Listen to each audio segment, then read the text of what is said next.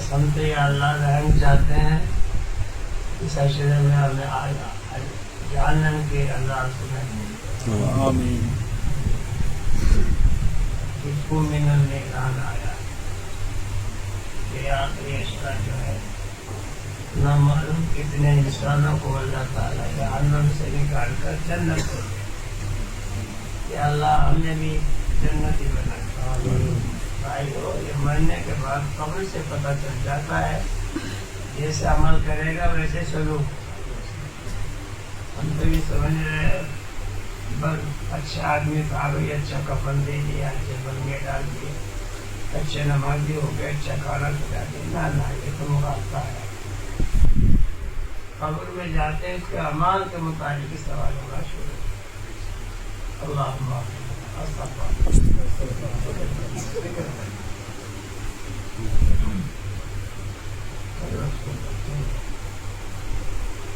حضرت ابو ہریرہ سے روایت ہے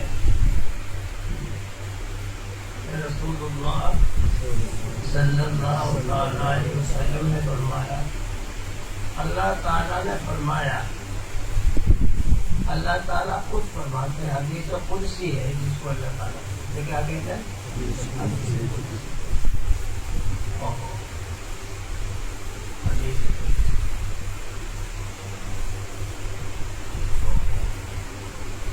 اللہ تعالیٰ نے فرمایا، کیا فرمایا، آدمی کے سب عمل اس کے لیے ہیں۔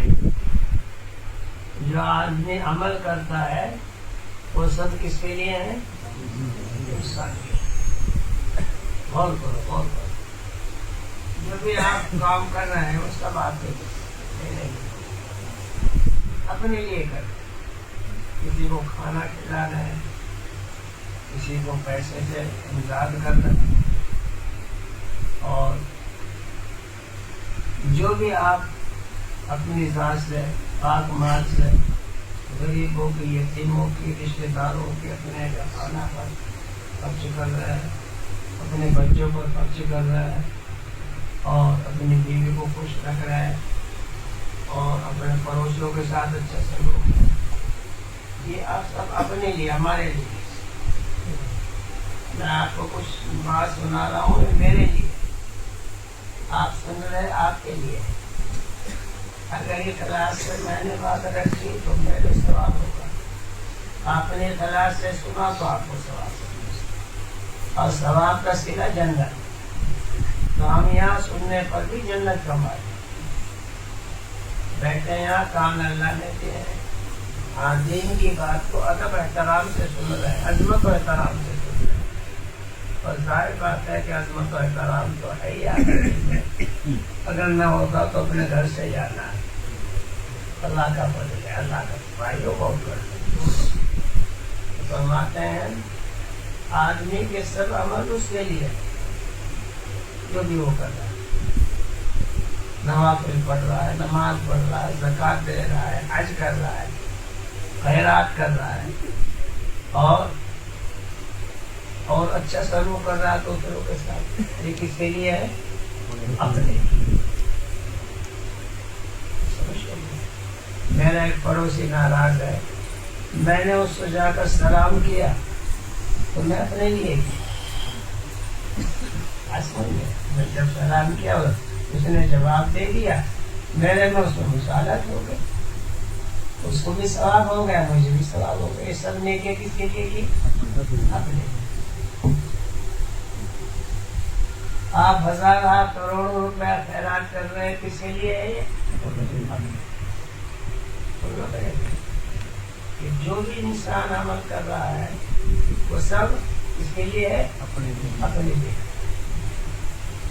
آپ وضو کر رہے ہیں، مسجد میں جا رہے ہیں، مسجد میں مدد کر رہے ہیں، اور چٹائیاں بچھوا رہے ہیں، صفائی کر رہے ہیں، اور مسجد کا احترام کر رہے ہیں، لوٹے صاف کر رہے ہیں، بے نمازی وضو کریں گے، نالی صاف کر رہے ہیں، یہ عمل خیر صاحب اس لیے کر رہے ہیں۔ آپ اس میں اللہ کے مہمان یہاں وضو کریں گے تو پھر مسجد میں وضو کرنے والے، مسجد میں آنے والے اللہ کے مہمان، ہم سمجھ رہے کچھ نہیں تو بھائیو اسلام نے تعلیم کو نبی پاک علیہ السلام کے زمانے مبارک میں ایک افسر عورت تھی جو مسجد میں صفائی کرتی، اس کا انتقال ہو گیا۔ انتقال پر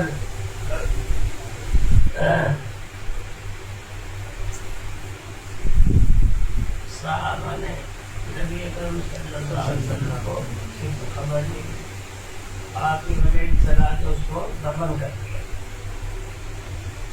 آپ نے ارشاد فرمایا رات کو آپ نے اس عورت کو جنت میں دیکھا، کنہوں نے؟ افسر عورت جس کو ہم کچھ نہیں سمجھتے تو ان کا جنت ہے۔ ایسا مسجد میں کیا کرتے تھے؟ صفائی کرتے۔ ہماری اصطلاح میں تو جھاڑو ہے، جھاڑو کو اپنی مسجد میں نسبت اچھا نہیں ہوتا، صفائی رکھتے، جھاڑو تو آپ نالے میں باغ سڑک کرتی ہے، صفائی کرتی تھی وہاں پر۔ اللہ اللہ اللہ اللہ، اس کا انتقال ہو گیا، اس کو ختم کر دیا۔ آپ نے ارشاد فرمایا تم میں جب کوئی مر جائے کرے مجھے اطلاع کر دیا کرو تاکہ اس میں شریک ہو جائے۔ اور آپ جو عورت گزری ہے وہ جنت میں ہے، تو آپ اس کے قبر پہ تشریف لے گئے اور نماز پڑھی، اور غالباً اپنے روحانی جذبے سے کچھ بات چیت کری، فرمایا کون سا وقت ہونا اس کو؟ کیا رسول اللہ میں نے مسجد میں صفائی کرنے کو بہت اچھا پایا، اس کی وجہ سے اللہ تعالیٰ نے مجھے جنت میں لاتا۔ تو مسجد کی صفائی کرنے والا جنت میں جا رہا ہے۔ دیکھو بھائیو، اگر ہم سمجھ رہے ہیں تو ہم جام کریں گے صفائی اس کی، تو کپڑے اس طریقے سے پہن کر چلے آئے، پجامہ ٹخنے کے نیچے گھر رکھا ہے اور بس بوڑا ہے، اور مسجد کی صفائی کی طرف دھیان نہیں ہے اس کو۔ اور وہاں مسجد کی صفائی کرنے پر کیا مل رہی ہے؟ جس گھر کی صفائی کرنے پر جنت مل رہی ہے۔ اب غور کرو، سمجھ میں آ گئی بات؟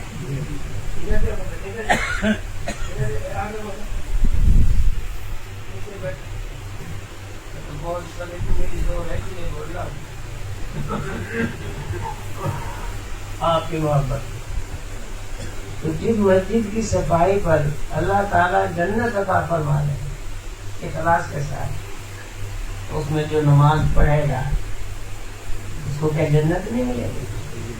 مگر نماز پڑھنے والا، نماز پڑھنے والا ویسے نہ ہو، صحیح نماز، الحمد شریف صحیح ہو، جو صورت اس سے ملا رہا ہے وہ صحیح ہو، رکوع صحیح ہو، سجدہ صحیح ہو، تکبیرات صحیح ہو، اخلاص ہو، نبی پاک علیہ السلام کی سنت کے مطابق، سنت کے مطابق، تو دیکھو پھر تو وہ نماز نور بن کر آسمانوں پر جائے، وہ نماز نور بن کر آسمانوں پر جائے، اور کہاں جائے گی؟ محفوظ ہو جائے گی۔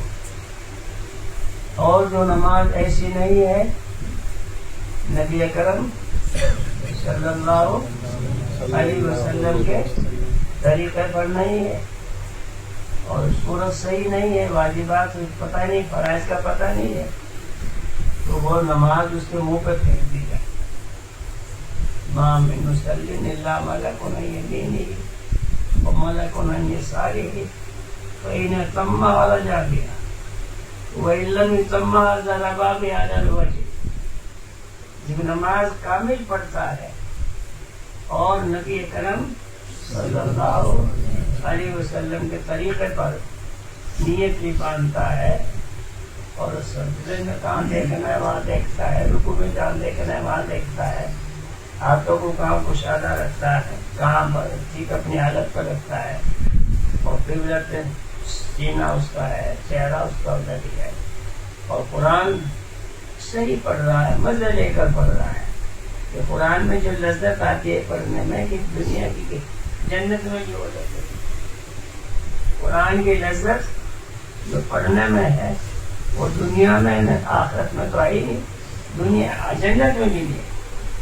کیونکہ قرآن کی برکت سے جنت ملے. اس کی برکت سے تو میں کیا عرض کر رہا ہوں، جو بھی عمل انسان کرتا ہے کس کے لیے کرتا ہے؟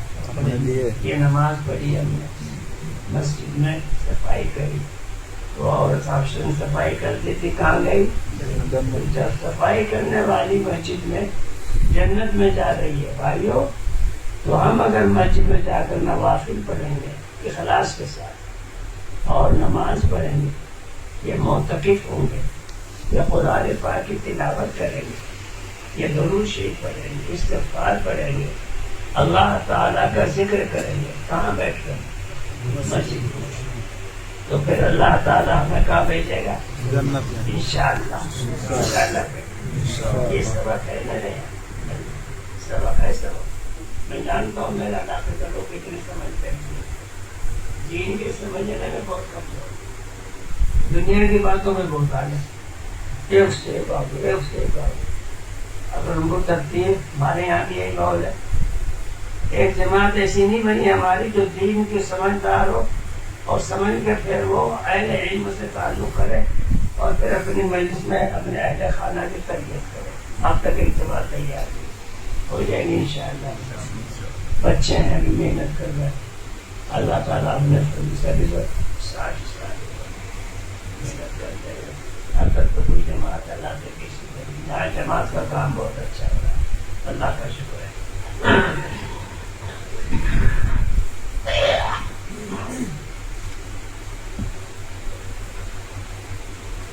تو دیکھو مسجد بنانے والوں کو اللہ تعالیٰ دیکھو کیا دیں گے، جس صفائی کرنے والی جنت میں جا رہی ہے.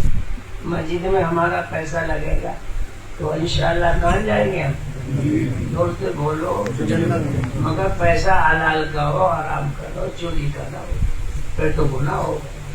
یاد رکھو، اگر حرام کا ہے، یہ زکوٰۃ کا ہے مسجد میں دے رہے ہیں، یہ صدقے کا ہے یا سود کا ہے یا رشوت کا ہے، اللہم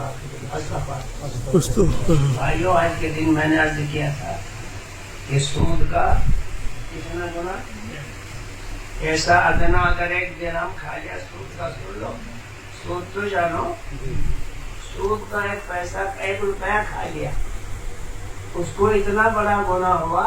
سمجھ لو، غور کرو، آنکھیں کھل جائیں گی، ہوش میں آ جاؤ. سود کھانے والوں سمجھ لو جو لوگ کھا رہے، اللہ تعالیٰ ہمیں تو محفوظ فرما رکھا ہے. سود سے محفوظ ہم جو آئے نیت کر لو ٹھیک ہو جائے. 1 روپیہ کھانے پر 1 درہم کے ایسا گناہ ہے جیسے اپنی ماں سے زنا کر، اپنی ماں سے زنا کرنے والا رہ جائے گا بوڑھے میں، جہرام پور میں. آج سود کھا رہے ہیں، اس سے زیادہ گناہ. اور کرو سود تو کھڑا کر جا رہے، لے رہے، بس تھوڑی تھوڑی چیزوں پر سود کا کاروبار چھوڑ دیا. دو بات اور بہت سارے گناہ ہیں، 36 دنوں کے برابر گناہ ہے. بہرحال جو عمل کر رہا ہے انسان کس کے لیے کر رہا ہے؟ اپنے لیے. کون فرما رہے؟ اللہ تعالیٰ. آدمی کے سبب اس کے لیے، چاہے وہ مسجد سے تعلق رکھتا ہے، چاہے وہ اپنی ضروریات زندگی کے لیے تجارت سے تعلق رکھتا ہے، چاہے وہ اپنی اور ضروریات پورا کرنے کے لیے اپنے بال بچوں کے خرچے کے لیے حلال روزی کماتا ہے، تجارت سے کماتا ہے، زراعت سے کھیتی سے کماتا ہے، یا مزدوری سے کماتا ہے. جو بھی ذریعہ ہو بہرحال روزی حلال کما رہا ہے، اپنے اولاد کو کھلا رہا ہے. وہ حلال روزی نورانی ہے، اس سے نور پیدا ہو، اس سے دل میں روشنی پیدا ہو. تو جو بھی دنیا کے جو عمل کر رہا ہے کس کے لیے کر رہا ہے؟ کون فرما ہے؟ اللہ تعالیٰ. حدیث قدسی مگر روزہ، یہ جو روزہ رکھ رکھا میں نے رات میں، بھائیو بیٹھ جاؤ، جہاں جگہ ملے وہیں بیٹھتے رہو اور غور سے سنو. سارے کام کس کے لیے ہوئے؟ اپنے. یہاں بیٹھنا کس کے لیے؟ خیرات خیرات کرنا کس کے لیے؟ زکات دینا کس کے لیے؟ اور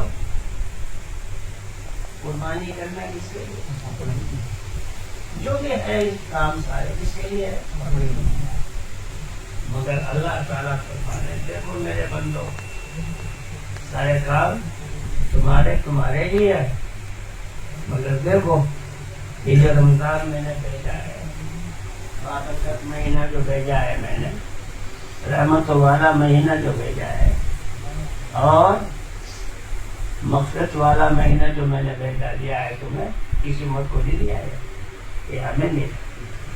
اور شب قدر جو آپ کو ملی ہے، ایک پہلی امت کو نہیں ملی۔